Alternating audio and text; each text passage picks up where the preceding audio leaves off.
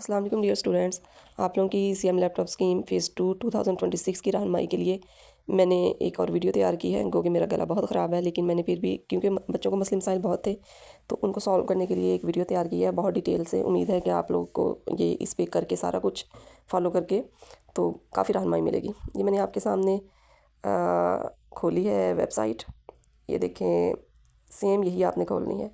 CM laptop scheme एचईडी की तरफ से जो है आपने वो खोलनी है। खोलने के बाद आपने साइन इन पे भी कर सकते हैं, साइन अप पे भी। थर्ड सेमेस्टर वाले साइन इन करेंगे और बाकी सेमेस्टर वाले साइन अप करेंगे। बाकी सेमेस्टर में फर्स्ट सेमेस्टर और सेकंड सेमेस्टर मैंने साइन अप किया है। यहाँ पे हम एक रैंडम सा डाटा एंटर करेंगे जिससे आप लोगों को काफ़ी हेल्प मिलेगी चीज़ों को सॉर्ट आउट करने की। यहाँ पे हमने एक रैंडम से कैंडिडेट का डाटा कह लें डमी डाटा हमने एंटर किया है। सबसे पहले आपने नेम अपना एंटर करना है। जो आप लोगों की डिग्री के ऊपर नेम है आपने एग्जैक्टली वही नेम एंटर करना है। उसमें स्पेलिंग मिस्टेक्स भी नहीं होनी चाहिए, कोशिश यही करनी है। उसके बाद आगे नेक्स्ट आपकी जो है ईमेल आईडी आनी है। उसके ऊपर आपने मोस्टली बच्चे जीमेल पे आईडीज़ बनाते हैं, तो जीमेल की आईडी आपने इस पे लगा देनी है। इसको थोड़ा सा मैंने ब्लर कर दिया है। जब आप आईडी लगाएंगे तो आपको समझ आ जाएगी। सही जीमेल आईडी लगानी है, आपने गलत नहीं लगानी। आपके साथ सारी की सारी कॉरेस्पॉन्डेंस जो है वो एक किस्म की आपकी और हायर एजुकेशन डिपार्टमेंट की आपकी ईमेल आईडी पे ही होगी। अगर आप गलत देंगे तो आइंदा जैसे थर्ड सेमेस्टर वालों को अभी भी लॉगिन करने की ज़रूरत पड़ती है। अगर आप गलत अपनी आईडी देंगे, ईमेल गलत होगी तो आप लोगों को आगे मसला होगा। उसके बाद आपने अपना फ़ोन नंबर लिखना है। फ़ोन नंबर लिखने के बाद आपने अपना लिखना है सीएनआईसी।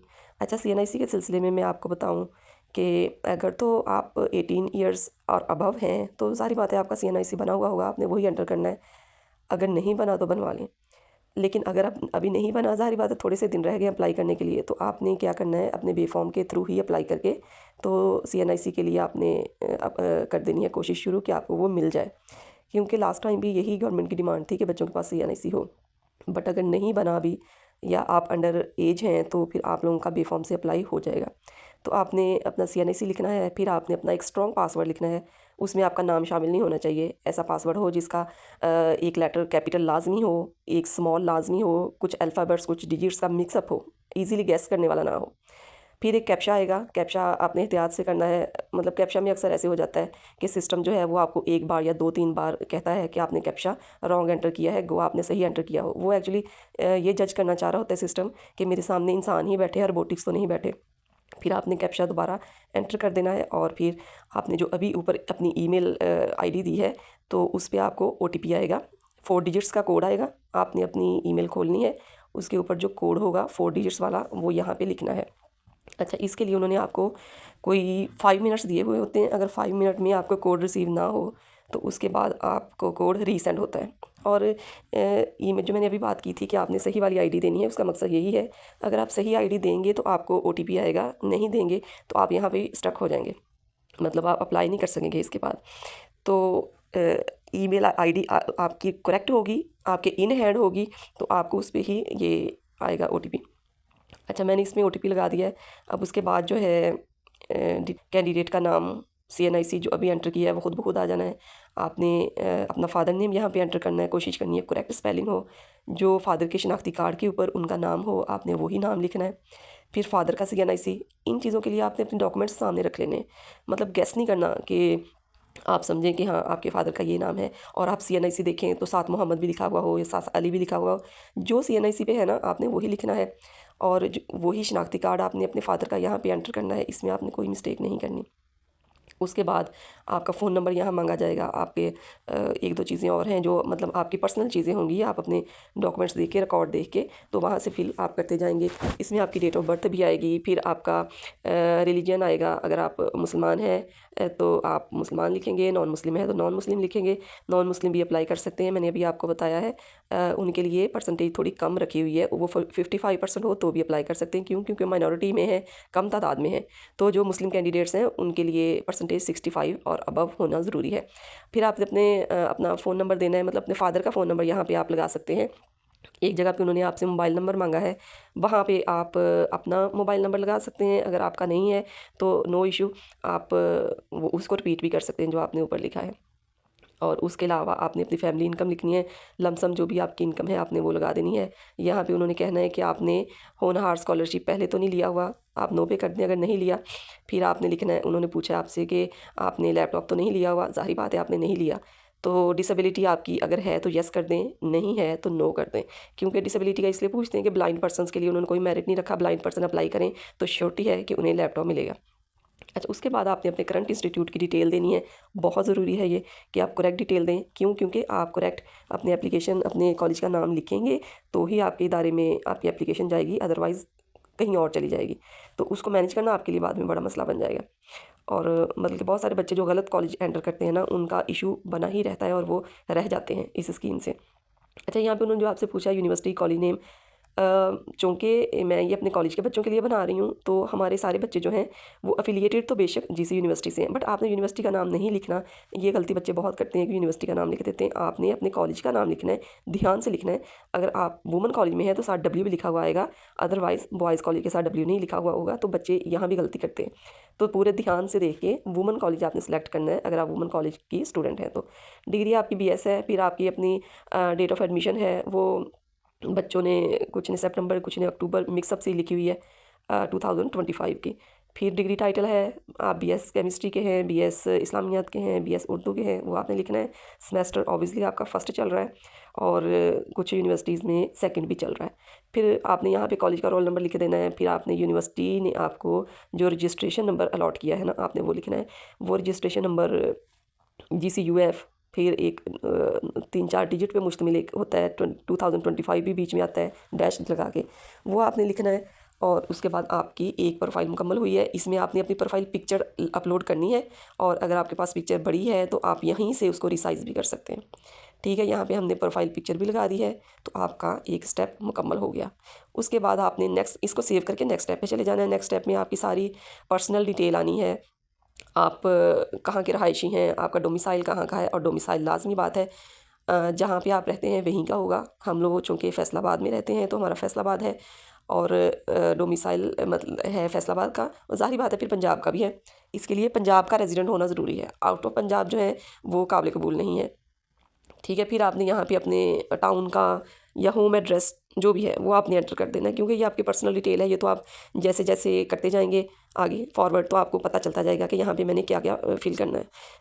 ये आपका एक पोस्टल एड्रेस है और नीचे ऐसा ही परमानेंट एड्रेस होगा। परमानेंट एड्रेस जो है उसमें भी आपने यही चीज़ें लिखनी है, पोस्टल एड्रेस जो ऊपर लिखी हैं। अपने गांव या शहर में अगर आप रहते हैं तो स्ट्रीट नंबर, हाउस नंबर जो भी है। आल दो आपको डाक आपके घर नहीं पहुंचेगी, कॉलेज से ही आपका रब्ता होगा सारा, लेकिन बहरहाल आपका एड्रेस यहाँ पे लिखना ज़रूरी है और कोशिश करें वो लिखें जो आपके डॉक्यूमेंट्स के ऊपर लिखा हुआ है। तो जब आप अपनी एड्रेस की ये सारी एक डिटेल मुकम्मल कर लेते हैं तो आपका एक और फेज़ यहाँ पे आके मुकम्मल हो जाता है। आपने इसको भी सेव करना है, हर स्टेप को आपने सेव करके फिर नेक्स्ट पे जाना है।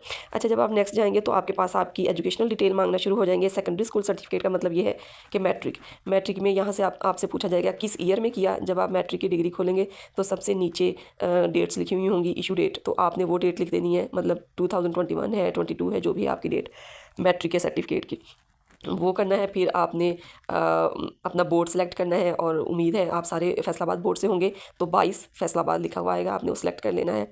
बोर्ड में आपको जो रोल नंबर मिला था मैट्रिक में वो लिख लेना है। उसके बाद आपने किस ईयर में किया है, सेशन कौन सा था, और सेशन मीन आपने एनुअल में किया है, सप्ली में किया है। तो डिसिप्लिन में आपने लिखना है, साइंस के बच्चे हैं आप या आर्ट्स में आपने किया था। ठीक है, उसके बाद आपके पास ऑप्शन आएगा कि टोटल मार्क्स कितने थे मैट्रिक के, और उसके नेक्स्ट आना है कि आपने कितने हासिल किए हैं, यानी total marks and obtain marks. ये आपका मैट्रिक के सर्टिफिकेट का सारा डाटा यहाँ पे आ जाएगा।